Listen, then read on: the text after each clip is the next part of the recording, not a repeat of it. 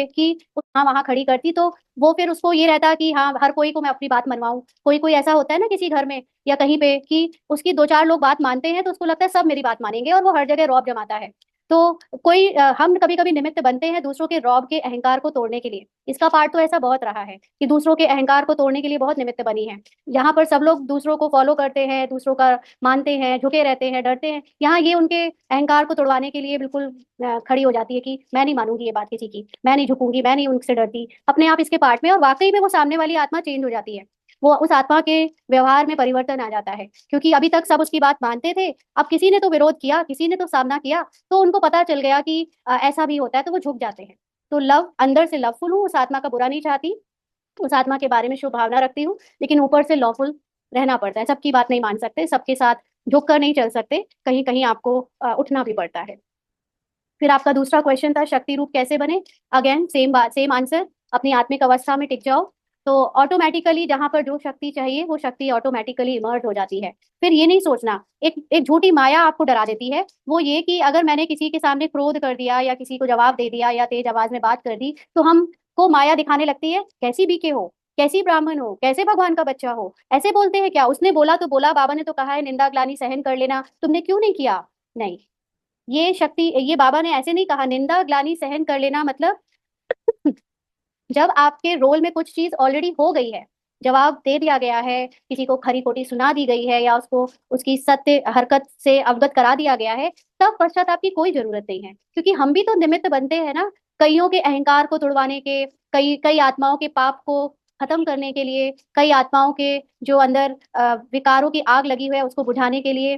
तो इसलिए बाबा ने हमको निमित्त बनाया किसी और के विकार को कम करवाने के लिए। तो अगर मैं अपने सत्य को जानती हूँ कि ये ड्रामा में जो कुछ हुआ वो किरदार के द्वारा किरदार कराया गया है, ड्रामा की स्क्रिप्ट ने, जो कि कल्याणकारी है, तो मुझे अपने किसी भी रोल में, चाहे वो दिखने में थोड़ा सा सामना करने वाला लग रहा था, लेकिन मुझे कोई पश्चाताप नहीं, मैं तो अपनी आत्मा में स्थित हूँ।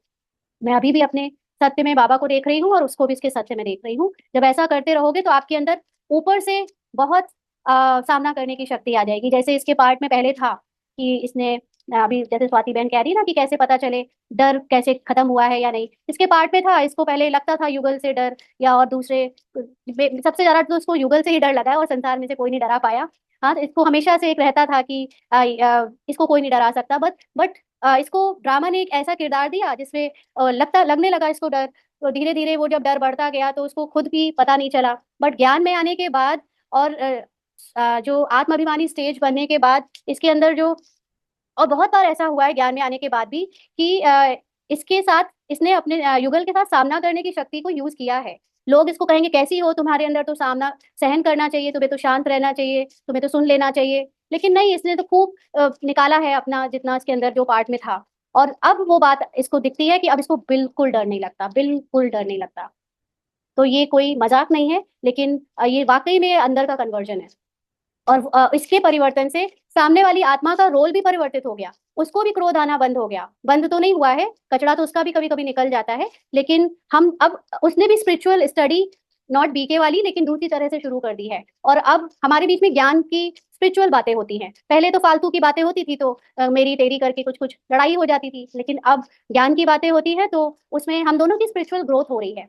तो इसलिए आप अब सिर्फ अपनी आत्मिक अवस्था को बढ़ाओ, उसमें आपके द्वारा चाहे लड़ाई हो, चाहे झगड़ा हो, चाहे जो हो, उसको मत देखो, मत धोखा खाओ।